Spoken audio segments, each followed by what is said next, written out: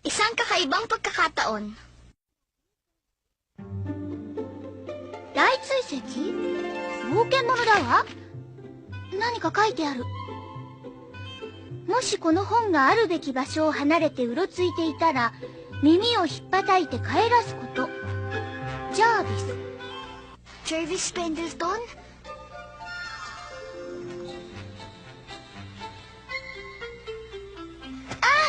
Kung gano'n si Mr. Pendleton na si Master Jarvie, ay!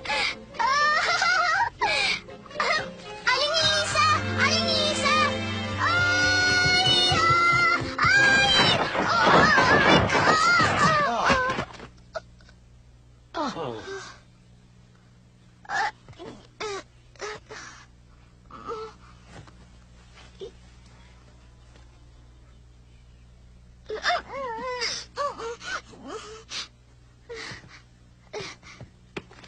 Aling Elisa! Aling Elisa! Ano nangyari sa'yo, Judy? Nahulog lang naman po ako sa hagdanan. Ay, Diyos ko, nagdudugo na yung sugat mo sa tuhod. Aling Elisa, meron po akong Mamaya ka na magtanong, halika. Ay, aray ko. Sadali na lang ito. Ay, Natatandaan ko, nahulog din si Master Jervis sa hagdanang yon at nagkasugat din siya sa kanang tuhod niya. Ay, parang kahapon lang nangyari yon. Oo, tama ka. Lagi naman siyang nasusugatan eh. Pero bata pa naman siya nung nangyari yon, Judy. pasensya na po kayo. Siya nga pala. Kanino po ito? Kay Master Jervis ang librong ito. Nakita mo ba ito sa atik? Opo. Mayroon pa nga pong nakasulat din sa unang pahina.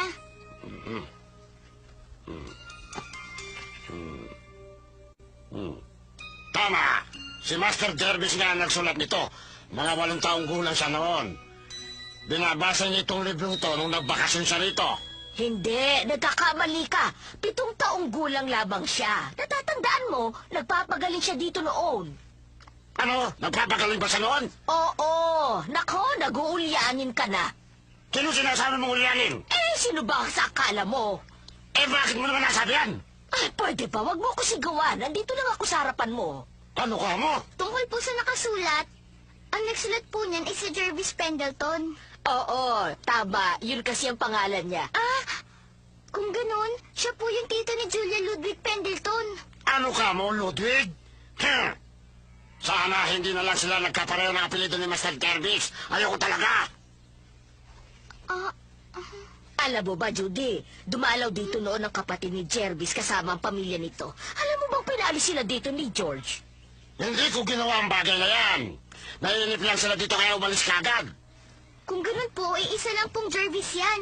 Pumunta po yung tito ni Julia sa eskwelahan namin. Meron po kasing pasok ng hapong yun si Julia, kaya ako na lang po nagpasyal sa kanya doon sa buong eskwelahan. Ang pangalan po niya Jarvis Pendleton. Ano? Ibig mo sabihin, kilala mo na siya? Opo. Maganda pong ugali niya kung ipapares kay Julia. Mabait pa po. Mahilig po siya magpatawa. At isa pa talagang maginoo. Alam niyo ba, pati nga po si Miss Tron hindi po alam na tito pala siya ni Julia. Nakalimutan ko. Si Miss Tron po palang nangangalaga sa aming dormitoryo. Tumawag nga po siya ng mga pulis. At nagkagulo nga po doon. Anong ibig mong sabihin? Gusto po kasing makita ni Mr. Pendleton kung saan ang pinakapaborito kong lugar doon sa eskwelahan namin. Kaya po, isinama ko siya sa bubungan ng dormitoryo. Ano? Sa bubungan? Bakit sa bubungan? Maganda po kasi ang tanawin mula doon. At saka, hindi ko naman po alam sasama siya sa akin doon eh.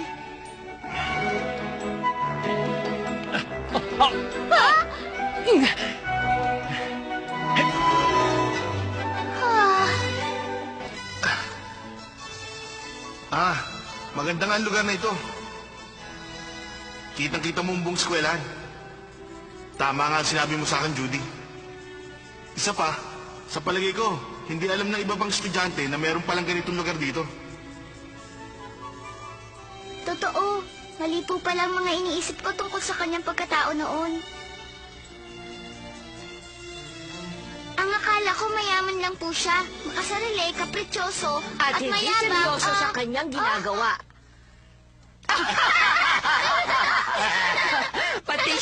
Ganyan din ang sinasabi niya palagi. Pero hindi naman po totoo yun. At saka siya lang po ang nakilala kong mayaman na maganda ang pag-uugali. Hindi po siya tulad ng ibang mayaman. Ah, oo, tama. Uminom pa nga po kami ng tsaa. Ah,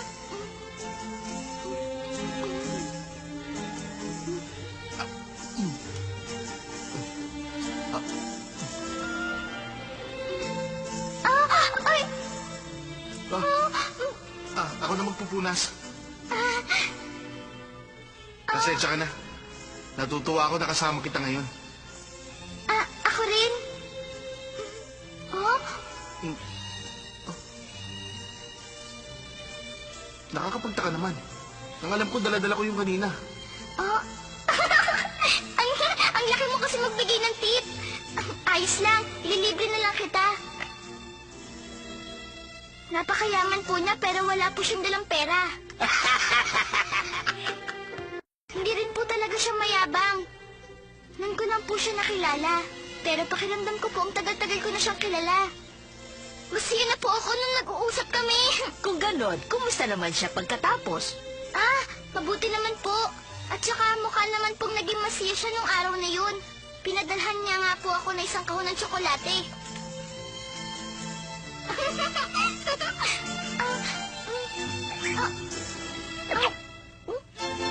Pambihira ka pala. Kilala mo na pala si Master Jervis. Bakit hindi mo sinabi sa amin kagad?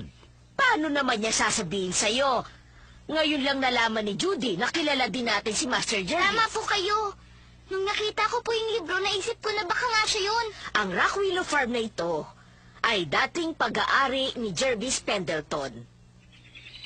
Kaya lang, Alam mo, ang asawa ko kasi ay dating nurse ni Master Jervis. At nung lumaki ang batang iyon, ibinigay niya sa amin ang farm bilang regalo. Naniniwala ka ba na ibinigay niya itong farm niya sa isang nurse lang? umaga talaga kami sa kanya noon. Isa siyang tapat at mabait na tao mula pa nung maliit pa siya. Pero hindi namin ito inaasahan. Napakalaki nito. Isa pa, hindi rin naman matagal ang paggamot mo doon sa sugat niya. Hindi ba, Elisa? Napakasigla naman kasi talaga niyang si Jervis. Madali sa kanyang umakyat sa bubong. Lagi namang nasusugatan. オアというドアは全部開けっぱなしにして家中を駆け回っとったな。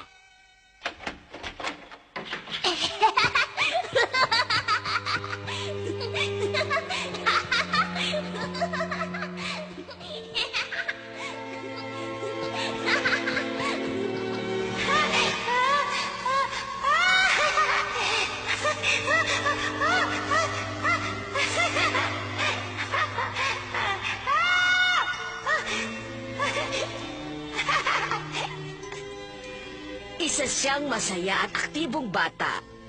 Gustong-gusto niya kaming sinasalig dalawa ni George sa mga laro niya dito sa bahay.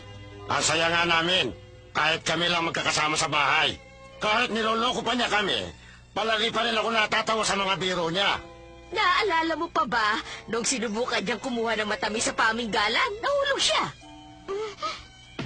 Oh?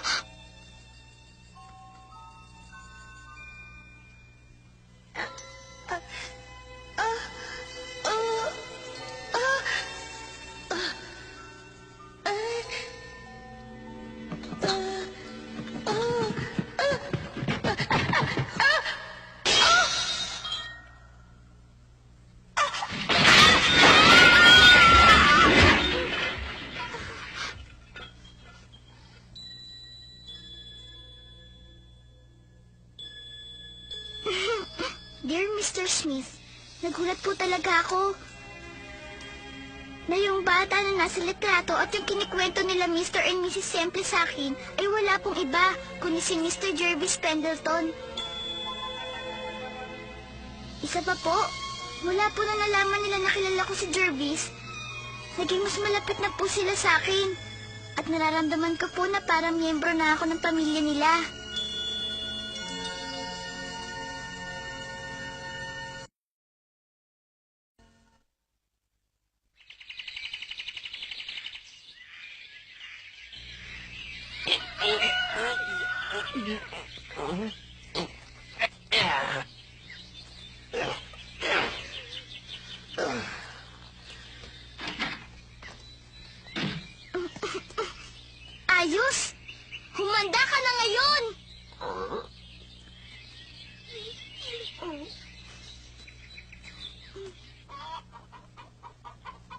Ayos na ayos.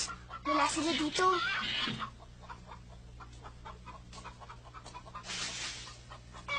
Pagpaumahin mo.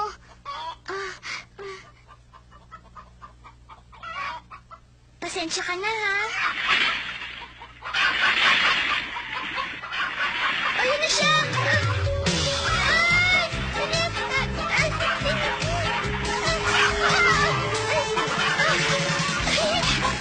Hindi ko naman kinuha yun sa'yo, ah! Judy! Huwag kang tumakbo! Judy! Mamang George! Ay, naku, sandali lang! Teka, sandali lang! Sandali lang! Teka, kaya kanina, tumatakbo ka kasi! Tumakbo kasi, wag! At baka matapa ka! Ano tinatanda ka? At kaya ko! Hinahabol ka niya kasi tumatakbo ka. Huwag kang tatakbo at baka madapa ka't Talaga masugatan. po? Opo, hindi na po, Mang George. Kakaiba, hindi ba? Oo.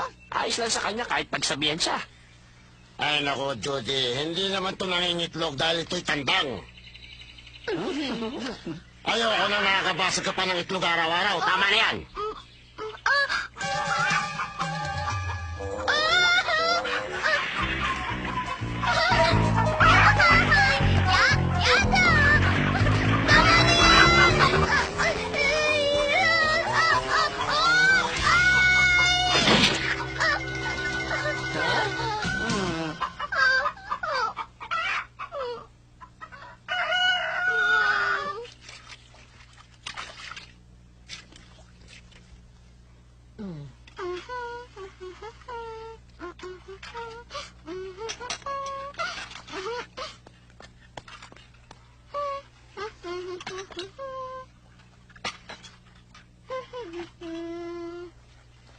Judy, mag-ingat ka dyan.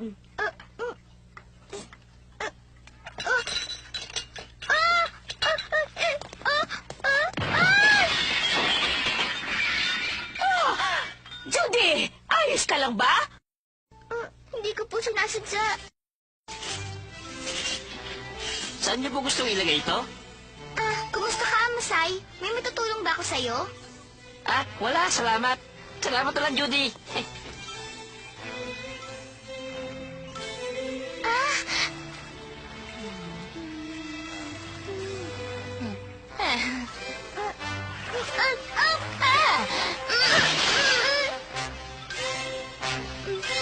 Judy!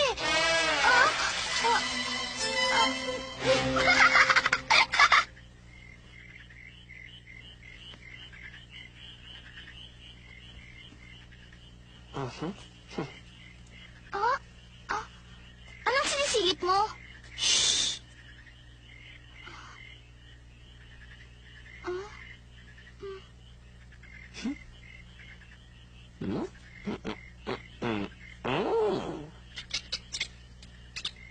Ha? Isang daga? Marami akong nahuhuli mga daga noon. Nung nandito pa si Master Jervis. Talaga? Oh, Ang galing talaga ni Master Jervis. Ang galing niya talaga manghuli nito. Ikaw, gusto mo bang subukan ito? ano? Ako po? Sige na.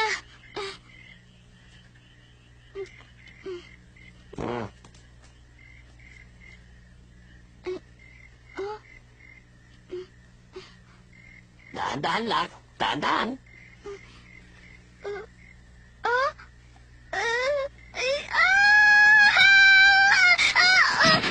Eh?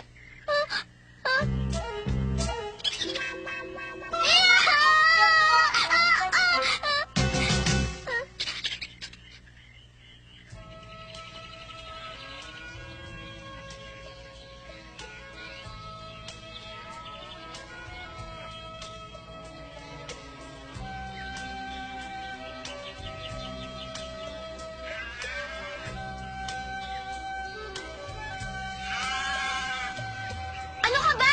Huwag mo siyang itulak! Lagi mo na lang ipinagdadamot yung nanay mo sa kanya. Tama. Meron akong naisip na pangalan na bagay sa'yo. Ang pangalan mo ay Julia. Dahil mabait ka naman, Ikaw naman si Sally. Ipinanganak ka sa kakahuyan, hindi ba? Kung ganon, ikaw naman si Sylvia. Ngayon, meron na kayong kanya-kanyang pangalan. Naku! Ayan, sige lang! Kakampi mo ako! Sige, kaya mo yan! Sige pa! Ang daya talaga na isang ito! Ang daya mo, Julia! Judy! Pabayaan mo na sila! Pero yung baka pong malaking yun ay ayaw pa inumin ng gatas yung maliit na baka. Baka po mamatay yung maliit na baka kapag hindi po siya nakainom ng gatas. Huwag kang mag-alala. Makikita mo.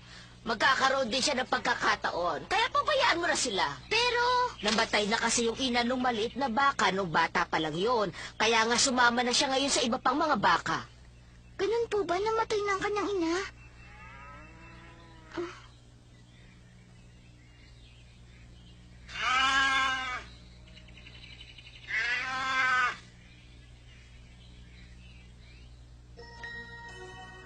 Ikaw ngayon si Judy! Tama!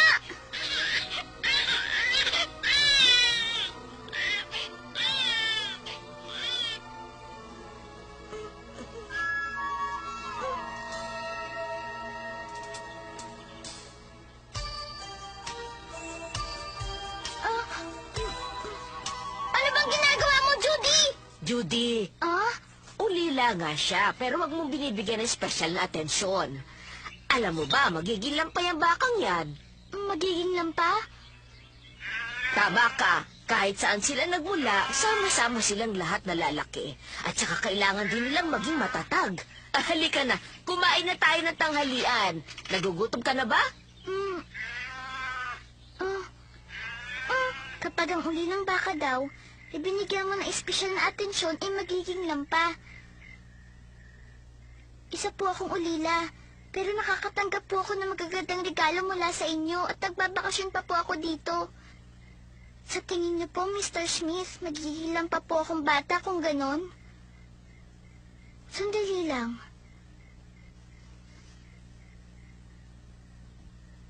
Bakit kaya ang kanang kamay ni Mr. Smith na si Mr. Griggs ay alam ang tungkol dito sa Rock Willow Farm?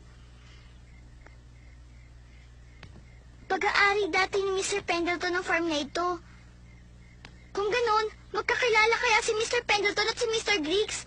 Teka, baka nga kalala din nila Mang George at Aling Elisa si Mr. Smith. Aling Elisa!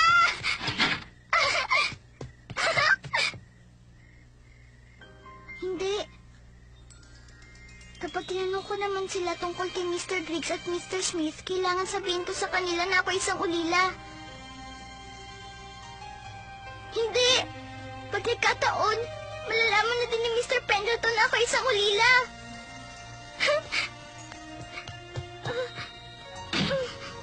Hindi ko magagawa yun.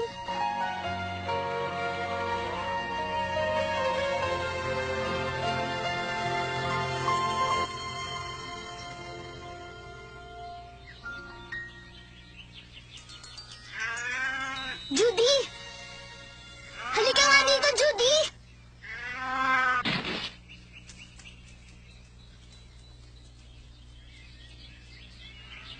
Tama na nga yan, Judy! Ayan, nagawa mo din!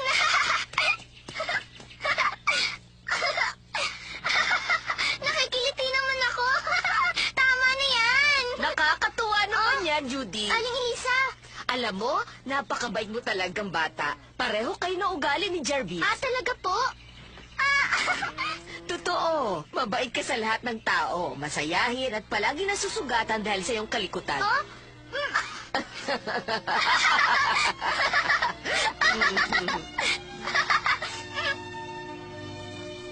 Mang George, Aling Elisa, maraming salamat po sa masayang bakasyon ngayong tag-init. Dito po sa napakagandang Rock Willow Farm ninyo. Tulad ng langit at lupa. At saka, tulad din po ni Jervis na nagbakasyon dito.